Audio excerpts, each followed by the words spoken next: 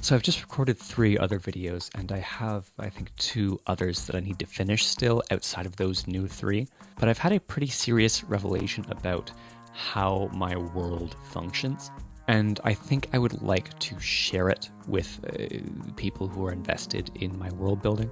There are a couple of layers of concepts, and so I'm just going to try to break them down sort of one by one and hopefully paint a clear picture about what I'm trying to go for. So this idea for me actually solidified when I was watching Lord of the Rings, the new series.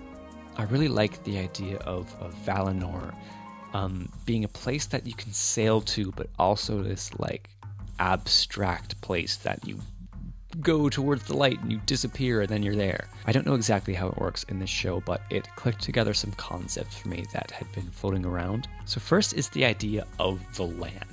In any given place that has a cultural identity, you know, a group of people who view themselves as part of the same ecosystem, I suppose.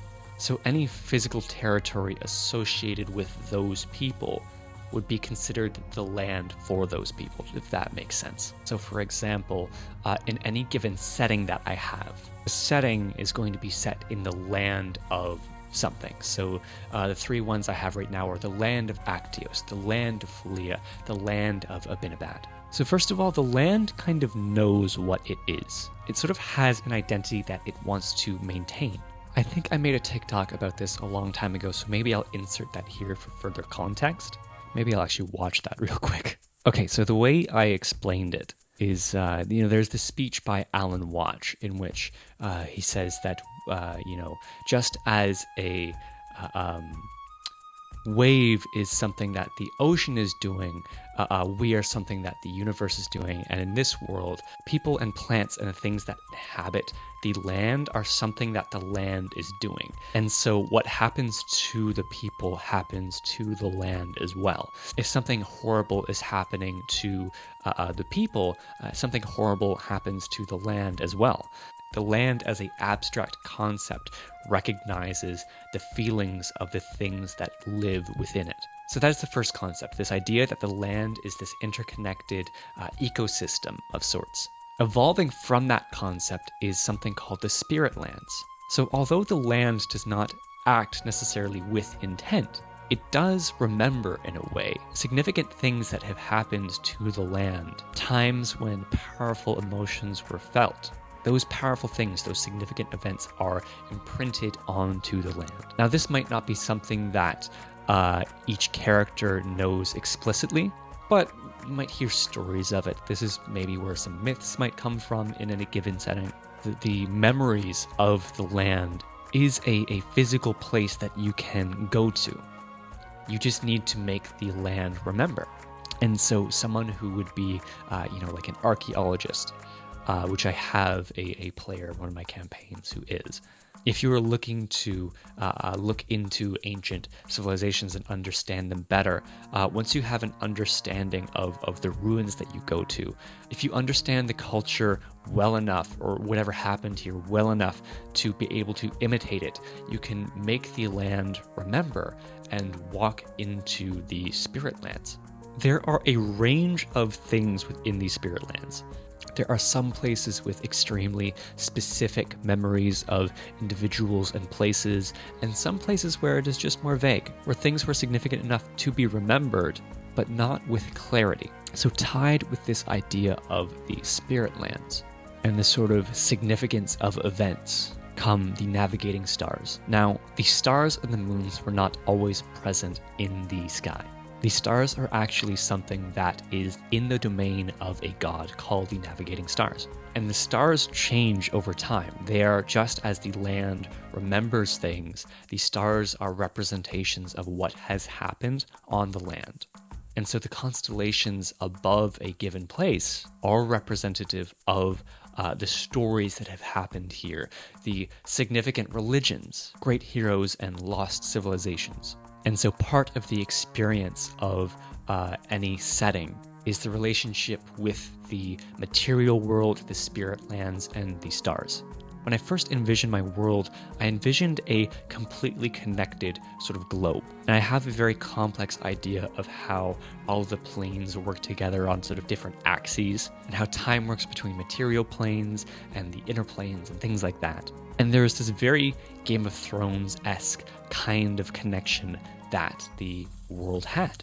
But I think what that vision of the world does sort of reduces wonder.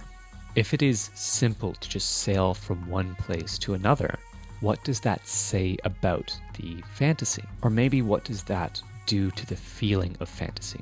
That also brings up questions of migration. There is a near 10,000 year history to my world, and although not all of it is extremely clear, at a certain point you have to ask the question, given the scale of the world, why are the races present still inhabiting only the lands that they are from? And so I don't think that the world is cleanly connected anymore. I think that there are some places that are closer to others, but I think travel outside of your land of origin isn't so simple. I don't think someone can just get on a boat and travel from point A to point B. That is where the navigating stars come in. So one, back to this idea of the land understanding what it is in some sense. I think the land also has a want to keep someone where they are. There's a sense of belonging. And leaving your land requires a great deal of effort, or at least it requires a great deal of cleverness. So I certainly think that this happens a lot. Heck, there are whole empires that have conquered many lands. But I think what that means in this new context is just a little different than it used to be. So I think in order to leave your land, I think you have to follow the stars. And before you get to another land, you must come to a place between, whether it be on land or on water. Travel far enough in any direction. If you know how to get out of your land, the stars in the sky fade away, and above instead you see the astral sea. I think this in-between place also serves as a jumping off point into the astral sea, if you know how to do that. But otherwise, in the distance, you will be able to search for the stars of lands near. There is still a sense of geography and shape to the world. You can't leave one place and show up on the other side of the world. But again, it's not a clean connection between places. So I think part of the way that travel works is by the spreading of stories. Once you hear enough stories about another land, once you hear about the constellations that represent those stories, you're able to see them in this in-between place, and you can follow them to this new land. I know the navigating stars previously used to be the way that people would find other lands anyway. They would follow stories. But now I think that is literally the only way to travel between places. I hope that is beginning to make sense. When I view my settings in my head, I think each individual setting tends toward a more Game of Thrones style fantasy. That is to say that the histories are very well understood, the cultures are somewhat complex and typically thriving, and most settings tend to be very political. But I think with this step, on a grander scale, I've taken more of a Lord of the Rings style approach. I think the world has so much more wonder. And I think the relationships between the lands and the shared histories bring some places closer together than others. I think for some people who share specific lineages, might be easier for them to travel between places, between lands, that is. And I think for any sort of traveler, for anyone who leaves their land, there is this idea of belonging, what it means to be from somewhere and going to somewhere else. I also think, this is the last thing I might add to this video, I truly have no concept or idea or structure to it, but I was thinking about plane shift teleport and teleportation circle. And with a world as big as mine, what that means. And I think teleport only works within a land. To teleport between lands, I think you need a teleportation circle. And maybe I should invent a spell that is like travel between lands, that works similar to plane shift, in which you need something attuned to another land in order to teleport to it. I think there are some religious-based teleportation spells that have to do with temples that might work. And I think spells like sending are limited to places that have shared histories. So, for example, in my world, a long time ago, there was this place called Ephraia. Ephraia is now gone, but it influenced a number of cultures around it.